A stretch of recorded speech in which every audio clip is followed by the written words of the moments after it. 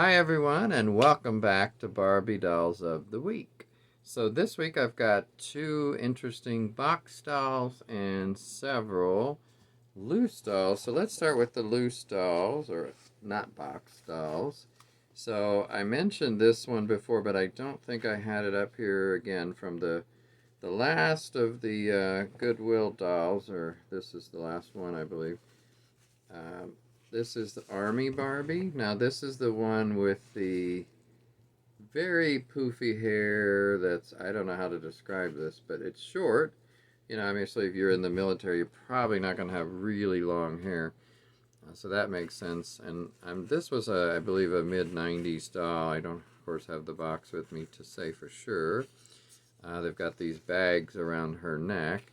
She does have this little beret type hat on, or at least it sort of looks that way. I don't know if it actually is, but it doesn't stay on, especially with that hair. It's just kind of pinned on, with some little plastic something. I think she's an interesting doll in several ways. I mean, you sure before these dolls came out, you didn't see too many Barbie dolls in camouflage. That's for sure. And also, obviously they did Army, Navy. This is an Army one, as it says here on the pocket thing here. And it says Barbie on the other side. So Barbie and Army. As I said, it has the U.S. little bags on here, which are kind of cute. I don't know if she normally came with two, but she has two. And like I said, right now they're wrapped around her neck. I don't know. Let me just take those off, actually, because that seems so odd to me. Okay, so take those off. And, she's got this outer jacket, or vest, actually. I thought it was a jacket, but it's a vest. And it's got kind of a cushy part in the back, cushiony.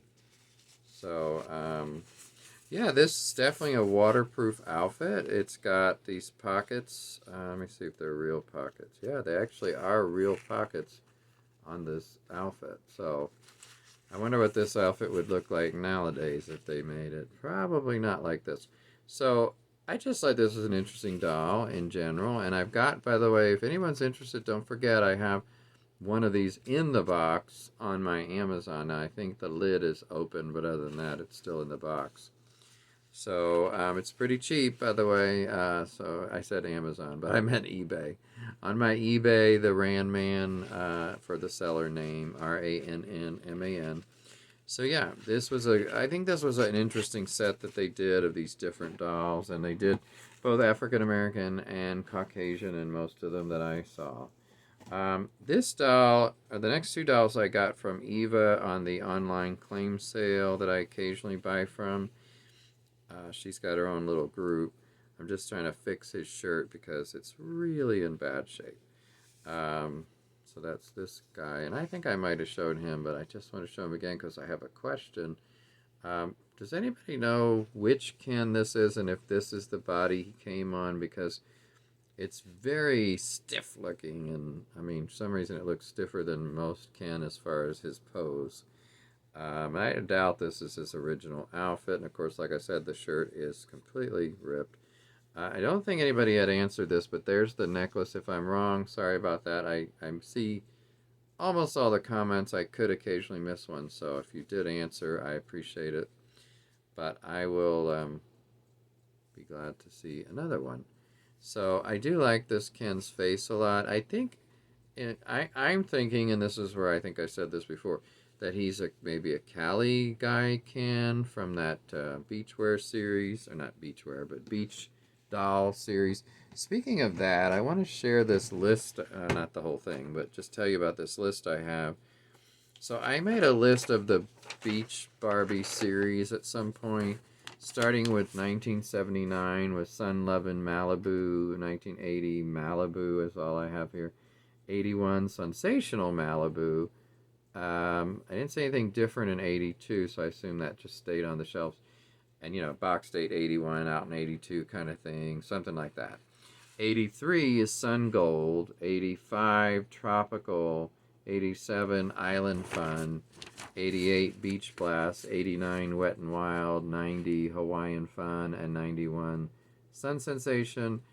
92 Glitter Beach, 93 Sun Jewel, 94 Tropical Splash, 95 Sparkle Beach. So that goes from 79 to 95, the ones I could find. If you know of the one that I missed, would you let me know, and the year especially? So, okay, and then the last loose doll that I want to show you is this one. Now, I don't think I've shown her yet, but this is a Belle doll from Beauty and the Beast that I got from Eva's claim sale. And actually, well, maybe I did show it because I remember, at least I think I remember mentioning this other dress that came with this. That as the, well, it was in, I mean, I got it. I don't know if it came with it, but I just got it at the same time. So I know this is a Belle dress as well. So I'm not sure exactly when this doll is from, but very Disney face. I mean, it's interesting when you look at a Disney doll versus a Barbie doll. Look at the eyes, for instance, how different they are. And much more cartoony and all that. I just thought she was cute. I don't normally collect Disney dolls, but I think some of the older ones are nicer because they're not kind of as... They got even more cartoony lately, I think. By the way, somebody told me about this dress on the last video, and I really appreciate saying that this is, I think they said this is an under type skirt for the blue poodle skirt. This goes with that somehow. So I just sold that, so I don't know. I think this came in a whole separate thing. So I just want to thank the person who told me about that. Okay, now moving on to the dolls I want to show you today that are boxed. Two new dolls to me, at least, and one is brand new, so I'm going to save her for the last one, actually. So let's look at this doll. This is one of the Barbie Rewind dolls from the last couple years. You know, the really big box, and it says 80s edition. I don't know, do you think they're going to do a 90s edition of this? I wouldn't be surprised if these sold pretty well, I guess. I know this is like the old VHS tape where you take it out of the box. It was such a cute concept. I love the packaging on these. And, you know, the illustrations are wonderful. I haven't gotten this one yet, but I'm really tempted. I think she's the one that also comes with glasses, and I've got her in my Amazon Save section, so that's where I got this one. She was on, this one was on sale for like $22, I think, or 21 something. So, as you know, there's usually always something I like, things that I like, and something I don't like, and that's true in this doll too. Can you guess what I don't like? Well, if you said the dress is too short, that would be it. You know, and it could partially be because in this box it's pushed up, and it looks kind of ridiculous, to be honest. But I really like the doll, and a lot of the stuff she comes with. And I'm sure that can be pulled down some. But, you know, the dress is just my least favorite part of the doll, to be honest. That could have been a lot better. And, of course, if you're going to make an 80s doll, why don't you make 80s jewelry, not this cheap jewelry? So, you know, those would be my two things to change. I don't mind the top half of this dress, but it's just that bottom half. You know, not everybody in the 80s, and even dolls, from looking at all the 80s dolls I have, wore anything this short. So occasionally, yes, but mostly, no. I mean, especially, like I said, I'm talking about the dolls, not real people. I can't speak for what they wore. They wear all kinds of things. So I do like this, and I really like the face. You can't hardly see the face. That's a little better right there. Let me see if this opens easily. I don't remember if these open. No, they don't open easily. I'm not going to try. Sorry. But, you know, the box, again, it looks like a big giant VHS tape for those of us who are very familiar with VHS tapes. It's a very big version, though. Okay, so have you guys gotten any of these? Do you like these dolls? I'm just curious. Has anybody gotten this one? I have, you know, from the first set, the blonde one, and I believe I got the African American in that set too, if I'm not mistaken. I got two. I'm just trying to remember what the second one was. The blonde one I took out of the box, and I have her over on one of my doll houses. in the other room. So now the last doll I want to share with you today is from the Inspiring Women series. And it's interesting to me that that doesn't seem to be a very popular series. Um, Maybe I'm wrong, but I don't see many people talking about it. And I know when I've done videos on it, it didn't do very well. It didn't have as many viewers, so that's interesting.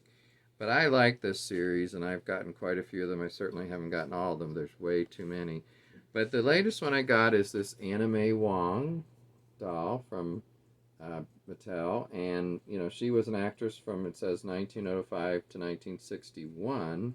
And here's a quote from Mae Wong: "All people have their dreams, but when they actually come true, you're happy and lucky beyond what you have any right to expect." She says Mae Wong was born in 1905 north of Chinatown near Los Angeles, California. The daughter of a second-generation Chinese American, Wong grew up in a diverse neighborhood where movies were constantly being filmed, fueling her desire to be an actress. At 11 years old, she established her stage name, Anna Mae Wong, by combining her English and Chinese names. In 1919, she landed her first movie role as an extra in the film The Red Lantern. In 1922, she would earn her first leading role at 17, starring in The Toll of the Sea, one of the first films released in Technicolor. However, frustrated with being typecast into Asian stereotypes and sidelined to supporting roles, she created her own production company in 1924 to make her own films about her culture. She starred in her first spoken film in 1930 in Europe, before eventually returning to Hollywood to star in her most famous role in Shanghai Express, which propelled her career to new heights. She went on to continue breaking barriers and becoming the first Asian American to lead a U.S. television show called The Gallery of Madame Lu Song. A trailblazer and a fashion icon, she left her indelible stamp on Hollywood and audiences all over the world. So, I think it's so wonderful that Mattel has honored her by this doll. Now here's a picture of Anna Mae in, I'm assuming, in a character look or costume. It's also on the back in a bigger. And this is, one of her famous outfits that she wore in a movie, maybe. I'm assuming. It says, "Girls need more role models like Anna Mae Wong because imagining they can be anything is just the beginning, and seeing that they can make all the difference." So, honestly, I think I'd heard her name before, but I wasn't that familiar with her. And my husband, who's much more of a movie buff than I am and knows so much about classic movies, knew about her and was happy to see this, even though he's not a doll collector. He was just happy to hear that they had chosen her for this series. I've certainly told him about this series before. So, I think they did a good job from what I can tell from, you look at the picture and then you look at the doll. And I got this from Walmart online. So if you're looking for her, last I checked, or last I saw, she's still available there. I did get two, for posterity, or, maybe sell one later kind of thing. Or maybe take one out of the box and keep one in the box. But at that price of $35, I thought that was worth it. I thought it was a good investment, in other words, to do that. So I really like it. She has articulated or bendable arms and wrists. I don't know about her legs. So a little bit closer view on Anna Mae. And yeah, I think she's a great addition to that series, especially because I'm not sure. Well, I think there have been a couple other Asian dolls in that series, but I can't think of who it is right now. Maybe I'm wrong. I know, of course, they've had Lori Hernandez, not that she's Asian, but other ethnicities is what I'm saying. But yeah, I can't think of who I was potentially thinking of. So anyway, with that, I'm going to close this part. Now, I want to mention one other thing before I actually end the video. I'm wanting to do another video shortly that some of you may be interested in, others may not, and so that's fine. I just want to share. So I'm going to share a story from my background. I haven't done that very often on this channel, talked about things actually from my life that might be of interest. So I wrote a short story, or what I consider a short story, some years back, and then during the pandemic I finished writing it or kind of re-edited it, that kind of thing. I should say edited it. That's hard to say, because I didn't re-edit it, so just edit it. So anyway, it's a story from when I had just graduated from high school, so we'll say just a few years ago, and an interesting thing that happened to me, and uh, it all started with a joke that I had played on a classmate, and it ended in something that ended up changing a couple people's lives, such as my own, for the better. And I just want to share the story with you all. I thought it might be of interest to some people. It is an LGBTQ story, a boy love kind of story, and that seems to be of great interest lately in some areas, like with Heartstopper and Young Royals, which, by the way, if you have not seen Young Royals especially, but also Heartstopper, I really like them both. They're on Netflix. They are LGBTQ series, so if you're not into that, don't watch them. But a lot of people do like it, and they're really well done. And actually, Heartstopper Season 1 is on Netflix. Young Royals Season 1 and 2 are on Netflix. And they're working on Season 3, or it's done for that one. Season 2 of Heartstopper comes out in just a little over a month on August 3rd. So it's been a year and 5 months since the first season at that point, about Nick and Charlie, and I really enjoy that show and their friends. And it's from Alice Oseman's graphic novels, which to me are more like a comic book kind of thing, but they call it a graphic novel for whatever reason. I'm not exactly sure. It is sort of above a comic book, I guess that's why. And then Young Royals, I don't know if that's from anything, but it's about someone who becomes an heir to the throne in Sweden, of all places. And I mean, I have to say I like Young Royals a little bit better than Heartstopper, because Heartstopper is, cute and fluffy and uh, inspiring, and people call it wholesome, which I kind of hate that word in that sense, because not everything can be wholesome to everybody. But that's another story. But Young Royals is more real and gritty, and I think more realistic. And I just think that it's a better story, especially season 2. But I like them both a lot. So, relating that back to the story I want to tell you all is called Confessions in Another Place and Time, Confessions from Another Place and Time. And that's because this happened in 1985, and it's all real. It actually did happen, and it's to me just such a surprise and a phenomenal story to me. Now, I don't know what other people will think. I have had some other people read the story and really like it. So I want to share that with the people on this channel who choose to view it or listen to it, actually. And but I'm just going to tell you the story. And stay tuned for that. And in the meantime, have a great 4th of July this weekend. Be safe. Stay cool. Hopefully no more storms. We've had a lot of storms in the last couple days and rain, but the rain is good. The storms not so much. Take care, everyone. Bye.